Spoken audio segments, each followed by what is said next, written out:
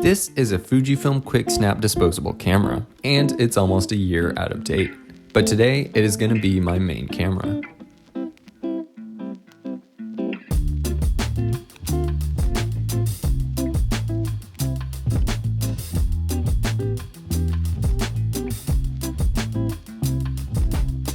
Hey guys, and welcome back to another Ian Kincaid video. Today I'm finally going to be trying out these little Fujifilm Quicksnap cameras that I've had for quite some time. Now, like I said in the intro, they are expired, but I don't think that makes a whole lot of difference. But if it does, we're going to find out today. Now, I'm no stranger to old and unique digital cameras, but I have not yet tried shooting on film. I know this isn't a great representation of a film camera, but I've just been super curious about what the photos from this thing would even look like. I've never used one, I've never seen photos from one. It says on the box that it contains Fujicolor 400 speed film for superior color reproduction and ideal for most lighting conditions. Speaking of lighting, I've been kind of waiting for a full sun or almost no cloud coverage day, and we finally have that today, so I'm not gonna waste it. I'm gonna be testing this thing out. Is the Fujifilm Quicksnap any good? I guess we're gonna find out.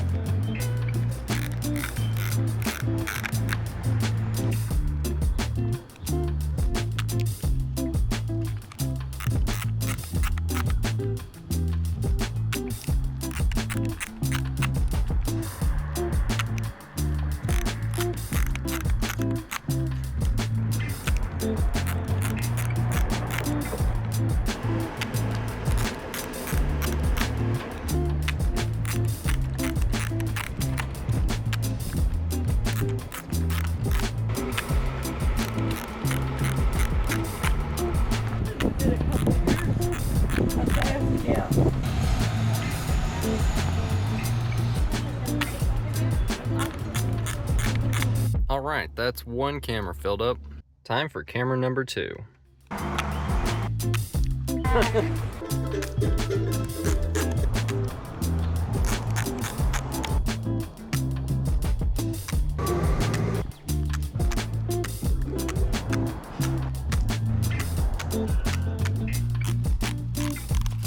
Looks like we used up all 27 again.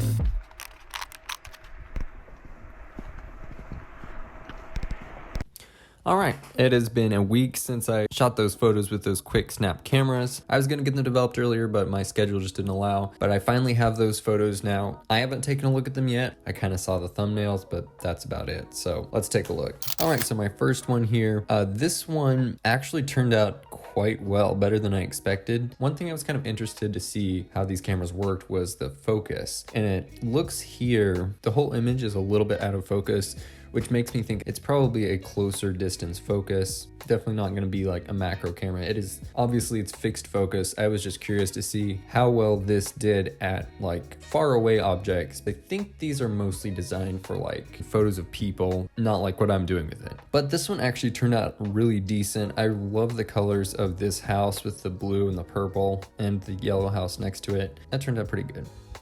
Now this one, I was trying to get a photo with that limousine there. I just thought it looked cool next to that building with that tree. And yeah, I really love the way this one looks. I'm not going to do any editing today, but a bunch of these, definitely this one would look great in 16:9. Get rid of some of that road, just give it a more cinematic look. That's what I was going for. I'm guessing probably 90% of these I'm gonna crop them in 16:9 because that's just what I picture for these photos. But yeah, this one turned out pretty great. This one, there's too much going on. The car to the left, I didn't really want to get that in the frame, but I kind of couldn't step any closer because I'd be trespassing. This was private property, so this was the best I could do trying to get the old Volvo in here. Now this one, I just really love the look of this house with that van in the background. Something I'm noticing about these photos. So based on my research, I had heard that these cameras you had to use in broad daylight, blast the photos with light, as much light as possible. But a lot of these are kind of blown out, and this was obviously just normal sunlight. And in fact, some of this here in this photo with the house is kind of shaded and it's still very bright. So these really don't need that much light. I was kind of expecting these photos to come out super dark, but if anything, they're too bright. Then I did get a photo of the van by itself. Again, the sun is too bright here. I thought that would help me to shoot in broad daylight, but apparently, as you can see, even in the shadows, there's plenty of exposure there. These things do not suffer in dim lighting. Obviously, in dark lighting, it's not gonna do well unless you use the flash, but these are plenty well exposed. This one, I'm kind of impressed with how it turned out because I wasn't really framing up that well. I just kind of stuck it on the grass. It actually added some framing there, you can see with the grass. The branch off that tree is a little bit distracting, but overall not a bad photo.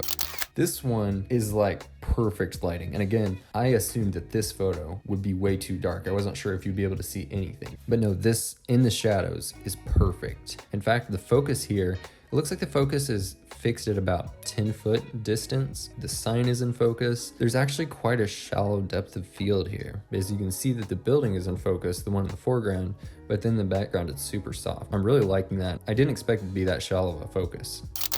This one you can see, again, it's suffering from too much sun. The darker areas of the photo actually look better. That's kind of wild. I would have taken more photos in the shade had I known. I'm honestly shocked by that.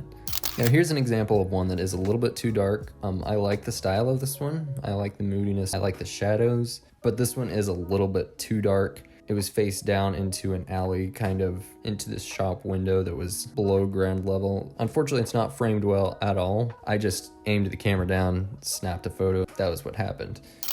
Going on to the next camera, we've got this photo. Really dramatic lens flare.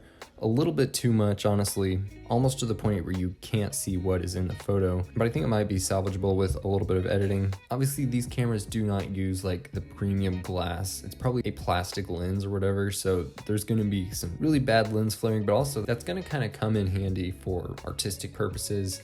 Obviously, you can't see beforehand what those lens flares are gonna look like because what you see through the viewfinder looks basically nothing like the photo that you get. This photo, I'm actually really surprised that it's not blurry because I took it while I was walking. I was just walking down the street. I saw this guy painting this restaurant and I just pointed the camera and was like, I'm not sure if it's gonna turn out, but, and again, it is out of focus for sure. It's not the sharpest photo, but this is actually, I really love this soft lighting.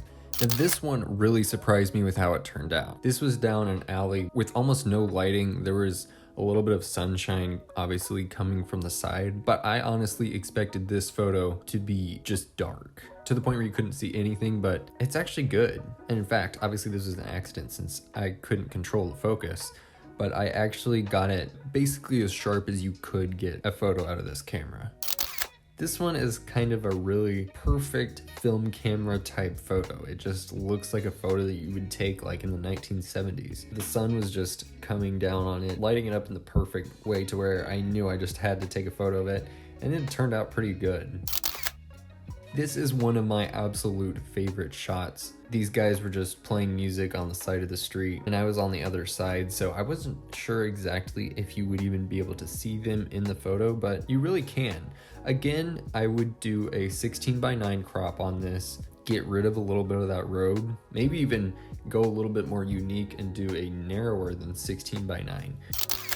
Here's another one that kind of turned out, but not really. You can almost see this pigeon flew by me, and at the last second as it was flying by, I quickly took a photo of it. I was hoping that maybe I had followed it enough to where the pigeon would be in focus and the rest of the photo would not, but as it is, the whole photo is not in focus, but I do like the motion of the camera, and I really love the lighting in the background. That really turned out well. I just wish the bird would have been in focus, but it wasn't. But yeah, that's it. There are a couple more, but those ones I showed you were my favorites, I would say. But yeah, this was great. I really wasn't sure what I'd get out of those cameras, especially since they were expired. And you know, film cameras are very temperature sensitive, and I didn't know how they had been stored. I had had them in my hot car, so who knows what could have happened to them, but they look just fine. And I'll also say, I don't know about developers. You can take it to somewhere like Walmart or CVS or somewhere like that. I have no idea. I took it to someone else who I thought would do a better job, and from what I can tell, they did a great job. So I am absolutely gonna buy more of these. If you guys want to see that on the channel, let me know. I guess the takeaway from this is if you're buying a disposable film camera and you want to do photos without the flash that aren't of people, it's going to be difficult to get good photos, but I would absolutely recommend it if you're just doing it for fun. It's just super fun, not knowing what you're going to get. But anyway, yeah, that's going to be it for this video.